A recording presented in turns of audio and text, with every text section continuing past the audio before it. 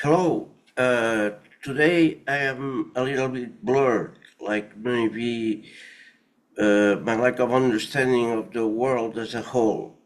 Like in that movie by Woody Allen, where crimes and misdemeanors, where he progressively loses sight, seeing everybody blurred. Mm, it's a metaphor for what's going on in the world, which I will not get into, but I would like nonetheless make a point that it's a reason to be worried. Meantime, I'm going to criticize the list of overrated drummers by our great Andy Edwards, who lives in a wonderful, sunny, drenched, green British rural area. Anyway, that's just envy. I really love that area. So he pointed as overrated Bonham, Watts, Neil Peart, Carl Palmer. I think that criticizing drummers as overrated just because they do solos that you don't like, it's a unidimensional aspect. Many aspects need to be considered. Remember my theory of music that has 10 dimensions. When one is unidimensional, it feels like it's insufficient. Of course, I don't know technically drumming, although I've heard a lot of it.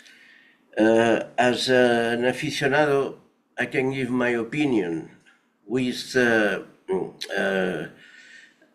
language, natural language, and instead of the technical terms of drummers, which thankfully Andy doesn't do either, which is a good sign of a good communicator. My perspective is slightly different. On the most egregious cases, I think that I coincide, and that made me quite satisfied that I could agree, at least on something related to drumming, which is his main expertise. Let's see, let's start. In number 10, I would put the new metal drummers, the progressive metal like Animals Lead or Animals as Leaders, excuse me. It would be better probably Animals were leading actually. And for example, Danny Carey of Tool, is the genre of drumming that has evolved with rock, which is a kind of virtuosism, but a kind of virtuosism that looks more like gymnastics, as if one drumming were one part of the aspects of going to the gym. And then after push-ups, one would get into a drum and measure who drums faster, louder, etc. It's the kind of drumming that impressed me when I was 10 years old. with Carl Palmer, but it lasted 1 year. I'm not saying that to show off or pretending to be clever, but that's the truth. There are other type. At number 9, I would put Lars Ulrich, which to me is a kind of drumming that's disorganized or I don't doesn't seems to drop the tempo. I don't see the brilliance there. Then the drummer of for example, Dream Theater. I think Mick Porno. It's kind of drumming that also is mechanical, lacking on how I could tell that, lacking on groove or you can be actually rock and roll needs groove, and unfortunately rock, especially metal, drop that aspect, something that Keith Richards has noted many times, and that's why Charlie Watts did his job. He was not Jack DeJohnette, but he was the best drummer for the Rolling Stones. Even one can make the point, like implicitly Andy makes, that if the tempo is very simple, why do you need somebody who's extremely skilled to do that job? Maybe the best is a young guy who fits perfectly that role and is happy doing that music. And he's the best drummer for that kind of music. So in some sense, Charlie Watts and Ringo Starr were the best for the bands. If there had been somebody who Tony Williams would have not fit the Beatles, would be too much. And that's the point. I mean, virtuosism and rock have a difficult relationship. There are very few great virtuosos that can play rock and transmit the emotion of, say, rebellion without excessive complexity. Different musics embody different musical qualities. And again, we go back to the idea of Andy that only enshrines complexity and difficulty and harmonic,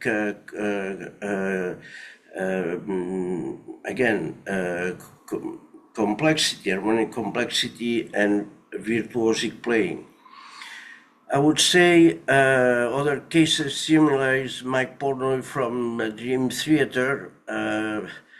Again, complex drumming, but there is chops only, in my opinion. Or Travis Barker of Blink 182, a punk, very successful band in the US, but that in spite of having skills, feels very mechanical, tight, robotic, in my opinion. And the same for Skilknot, Jordison's incredible speed, but and aggression, but that's to me not the bottom line of rock. And rock and roll. You have to have a little bit of subtlety, in my opinion. Maybe that's why I'm not a fan of metal, but I love hard rock, but not metal. Then, and here is when I would hear boos, if there were, is to me, Bill Ward is Overrated from Black Sabbath. Black Sabbath for me is not, well, the first record I found it original, but it's not an advance in rock. It's a simplicity that brings rock back, that doesn't make it progress, in my opinion. And I'm all for simplicity. And there is a claim that he had a strong jazz influence and all that, but just I don't see it. I don't see. I see drumming that's looser than others, but a little bit disoriented or chaotic.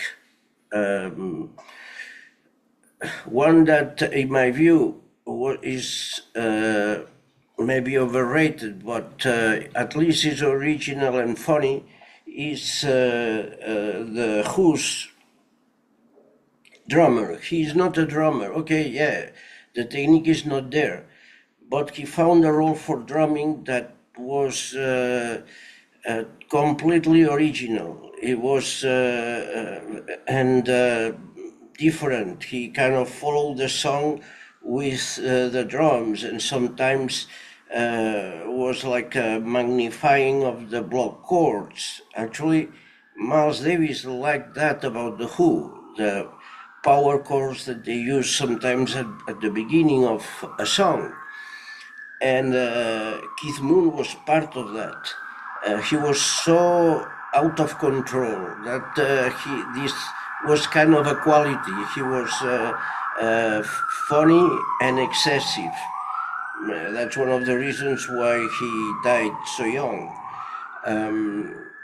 And somehow the Who, even if they don't knew how to play very well, to me they were the first proto-punk and proto-metal and maybe hard rock. Not enough, because you need to be more bluesy for hard rock, in my opinion. But other than in Twistle, the others were intuitive musicians, but somehow they made it work. It was original, and they sang well. But the roles that they found for the different instruments were totally counterintuitive. And that's why I think it's, I would not put him down. Evidently, all these are great skilled drummers, right? It's just others that I find that get a lot of praise is McBain from Iron Maiden. Again, it's only about precision and mechanics, in my opinion. Doesn't make me feel anything. Like Tommy Lee Jones, you know, is a great showman, a celebrity, that's fine, but playing, it's just technique what he focuses on. And the same, the Pantera drummer, I can't remember his name, Vinnie Paul, it's possible. And it's like robotic, all these metal bands of the 80s and 90s, and the new metal even more. Then I find, of course, obvious, Neil Peart, somebody who studies very difficult parts and repeats them on stage. I'm not drawn into that personally. If how is the Ellington's tune? Ain't nothing if it doesn't have that swing ain't the thing if it doesn't have that swing. Well, of course, rock doesn't need to swing, but at least it has to groove. It had to have feel, and I don't get from these mechanical robotic drummers, especially in the genre of metal, which in itself I don't like that much. Finally, I already mentioned Bill Ward among the disagreement, or Jim Chamberlain of the Smashing Pumpkins. I think that Dave Grohl is overrated, although with Nirvana he did a great job, but not to be the representative of drumming of the X generation, because he's all over, playing the parts of Bonham at the Kennedy Center, I think. I saw him.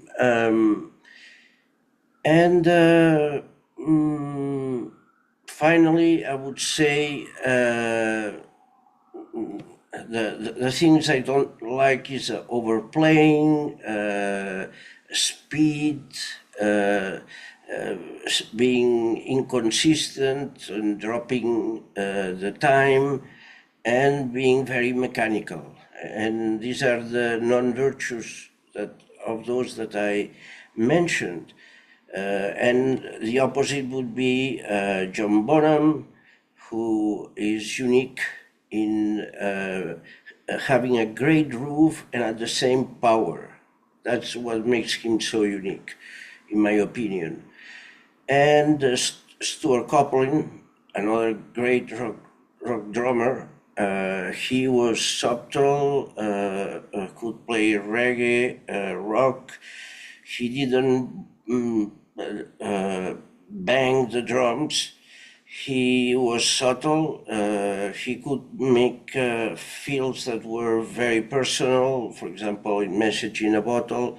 That's the kind of thing I rate as perfect. And I forgot one that I liked when I was a kid, which is Carl Palmer. To me, he is very mechanical.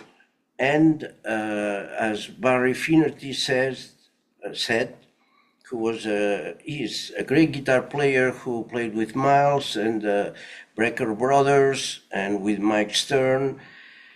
Barry Finnerty said that Carl Palmer could not groove even if his life depended on it. So who I am to disagree. So here we go. If this is the opinion of a non-expert, but you can see how different it is from Andy's, because the criteria are different. And one, the dimensions of judgment of the virtue of a musician change, then the ranks change. We don't need ranks. In fact, I would say that a drummer that's very limited but fits a group is much better than a great drummer in a rock band in which his or her skills would not fit, would not be adequate. So thank you so much for listening. And you can see that there is a Latin alternative to Andy's imperial taste. The world is big, and art has a lot of subjective aspects and some universals. So that's my opinion. So next time we'll go over apparently musicians that do nothing, but in reality are the core of a band. Another disagreement with Andy. is even greater. So see you soon.